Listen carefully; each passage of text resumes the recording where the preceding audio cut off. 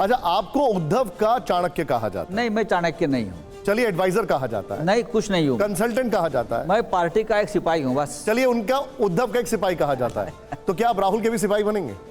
मैं मेरे पार्टी का सिपाही हूँ ना, तो और किसी का सिपाही बनने की, मैं अगर भारत देश के फौज में हूँ तो अमेरिका के लिए कैसे लड़ूँ मैं?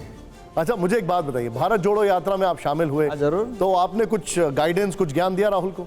राहुल गांधी एक अच्छे नेता है, उनको कोई गाइडेंस की जरूरत नहीं है, ये मेरा अनुमान है। लेकिन आपने अभी अभी कहा कि उनको मुलाकात करनी चाहिए, मेरा मानना है। हाँ, ये मेरी हमारी भावना है, भूमिका है कि सभी ने एक दूसरे के साथ एक सवाल कुमार विक्रांत अपना कंटिन्यू करना चाहते हैं। कुमार, हाँ सर, ये जो आपने बाकी पार्टियों के लिए बताया अपोजिशन की कि उनको मिलना चाहिए, राहुल गांधी को केजरीवाल से बात करनी चाहिए, एक और शख्स है जो कहते हैं कि वो बीजेपी के विरोधी हैं, क्या उनसे भी बात करनी चाहिए? असदुद्दीन ओवैसी, क्या राय है उनके बारे में? मुझे उनके बारे में ज्यादा जानकारी नहीं है। आप जानकारी रखता भी नहीं। आपने सामना में लिखा कि ओवैसी सांप है। आपने सामना में लिखा कि ओवैसी सांप है।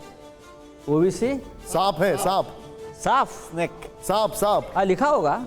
तो क्या उसमें नहीं, डंक तो मारते घूमते हैं ना सब जगह। लेकिन फिर आप कैसे विपक्ष को एकजुट करेंगे? फिर विपक्ष को कैसे एकजुट करेंगे जब आप, हाँ, वो जिम्मेदारी हमारी नहीं है। अगर कोई करना चाहता है तो हम उनके साथ जाएंगे, और होनी चाहिए। इस देश में 2024 में क्या होगा मुझे पता नहीं। हम कोशिश करेंगे कि एक मजबूत विपक्ष से तो चुनकर आए।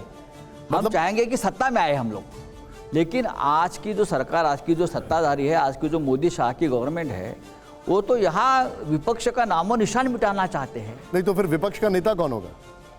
वो बाद में तय होगा, उसमें क्या है। नहीं तो आपने कहा कि हम सत्ता में विपक्ष में तो आए, लेकिन क्या आपको लगता है सत्ता में आना बहुत मुश्किल काम है? मुझे नहीं लगता मुश्किल काम। कैसे होगा? इस देश में कुछ मुश्किल नहीं है। उसका क्या फॉर्मूला क्या होगा? क्या फॉर्मूला होगा? कैसे होगा? यहाँ कैसे बताओ क्या फार्मूला है? कुछ तो सोचा होगा आप लोगों ने। कमरे में बैठकर हम कुछ बात करते हैं, और यहाँ कैसे बताऊं मैं? अभी सुबह सुबह हमारी मीटिंग हो गई है। उद्धव ठाकरे अच्छे प्रधानमंत्री बन सकते हैं? क्यों नहीं बन सकते? नहीं, लेकिन आप तो ट्विटर पे बहुत कुछ बता। विपक्ष की तरफ से आप उनके लिए कुछ पैरवी करेंगे? बात ऐसी है कि एक जमाने में देश में 2 या 4 प्रमुख विपक्ष थे। आज हर राज्य में जैसी खेती हो गई विपक्ष की, तो एक साथ बैठकर निर्णय लेना होगा। राहुल गांधी जी है, ममता जी है, उद्धव ठाकरे जी है, और भी नेता है। एक दूसरे के साथ सबका डायलॉग चल रहा है, मुझे मालूम है। पवार साहब है, तय करेंगे। पहले एक साथ तो आने दीजिए। पवार साहब किसके साथ है? पवार साहब किसके साथ है? पवार साहब हमारे साथ है। अच्छा, आप फ्रंट बनेगा? अच्छा, आप 24 के पहले कोई फ्रंट बन सकता है? बन सकता है, बनाना ही पड़ेगा, बनाना ही पड़ेगा। मैं बोलता हूँ नहीं, बनाना पड़ेगा ही। पहले बनेगा। टूट पड़ा है ना सारा, एक दिखा रहा है। अभी जैसे 5 प्रधानमंत्री कैंडिडेट है। अभी जैसे ईडी और सीबीआई सबके घर में जाएगी, वैसे वैसे एक साथ आ जाएगी। राउत साहब, मर्जर की जरूरत है? मेजर काम सीबीआई और ईडी कर रहा है। संजय जी, ये फ्रंट की जरूरत है या मर्जर की जरूरत है 77 की तरह? देखिए, जनता पार्टी का प्रयोग तो फेल हो गया था मर्जर का। आपने देखा होगा उस जमाने में अच्छा प्रयोग हुआ था कि सब मर्ज हो गए, इंदिरा जी के खिलाफ एक जनता पार्टी बनी, लेकिन वो प्रयोग ज़्यादा दिन तक नहीं चला। तो अपना अपना अस्तित्व रखो, और जैसे इंडिया बना, यूपीए बना। सरकार तो गिरा दी थी ना। सरकार एक गिरना और बनना है क्या अभी देश में नया खेल है क्या? जिसके हाथ में ताकत है वो गिरा देता है, बना भी देता है। महाराष्ट्र में क्या हो गया? अच्छा, अब मैं यहाँ पर जितने भी ऑडियंस है, राउत साहब के साथ हमने बड़ा इंटरेस्टिंग वहाँ पर एक वो किया था, रैपिड फायर। एक रैपिड फायर है, आपके हाथ में ये प्ले कार्ड है राउत साहब, यस और नो, और वो सामने आपका कैमरा है, ये जो कैमरा पर्सन खड़े हुए हैं। मैं आपसे सवाल पूछूंगा, आपको बस यस और नो बताना है। आप वो प्ले कार्ड प्लीज अपने हाथ में ले लेना। आसान नहीं है यस और नो ना। फिर भी ट्राई कर। अच्छा, अगर नहीं होगा तो आप ऐसे दिखा दीजिएगा। नहीं ठीक है, मैं जवाब दे दूंगा। अच्छा, प्ले कार्ड प्लीज रखिएगा राउत साहब, और मैं चाहूंगा जरा जोरदार हौसला अफजाई हो इसके लिए प्लीज। पहला, हर सवाल पे तालियां जरूर होनी चाहिए, जवाब पे बल्कि। वीर सावरकर ने अंग्रेजों से माफी मांगी थी, यस और नो? नाथूराम गोडसे देशभक्त थे, देशभक्त था।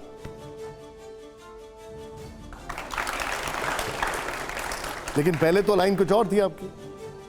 ओके मैं वीर सावरकर की पैरवी वकालत कर रहा हूं। ओके। मुलायम सिंह यादव को पद्म विभूषण सम्मान देना गलत था।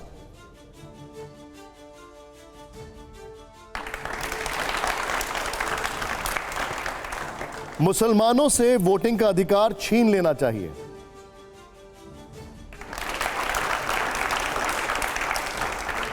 सामना में आर्टिकल लिखा था आपने। बाला साहब ठाकरे जी की ये राय थी, आप एक बार समझ लीजिए कि अगर मुसलमानों का अधिकार छीन लिया गया तो ये सब पॉलिटिकल पार्टी जो है वो वोट बैंक की राजनीति बंद करेंगे, ये उनका स्टेटमेंट था। आपने यही लिखा था कि जब तक मुसलमानों के वोट बैंक पर राजनीति होती रहेगी यही है तब तक ना? देश के मुसलमानों का यही कोई लिखा भविष्य है। नहीं होगा। मैंने लिखा है, मुझे याद है। ठीक है।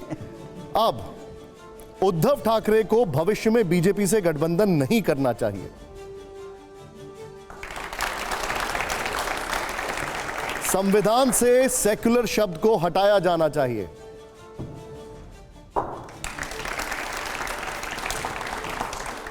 कांग्रेस का चौकीदार चोर है नारा गलत था।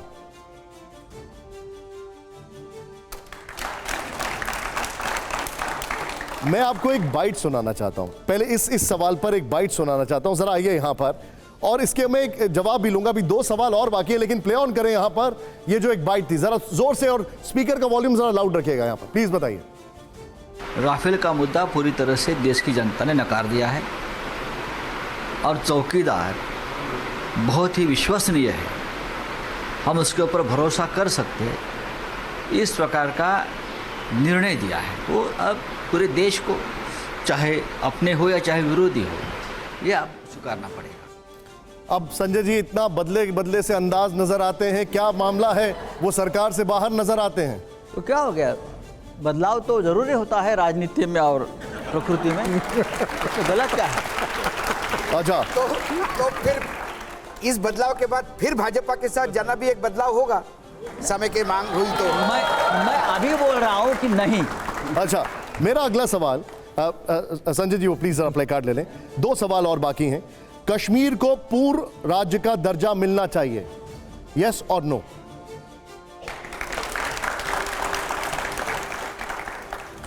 धारा 370 हटना ठीक था ना वैसे? ओके। लास्ट सवाल है इस रैपिड फायर का। नरेंद्र मोदी भारत के सबसे लोकप्रिय नेता हैं। मैं चाहूंगा एक बार जरा जोरदार तालियां हो जाए, इतना बेबाकी से जवाब आपने दिया है।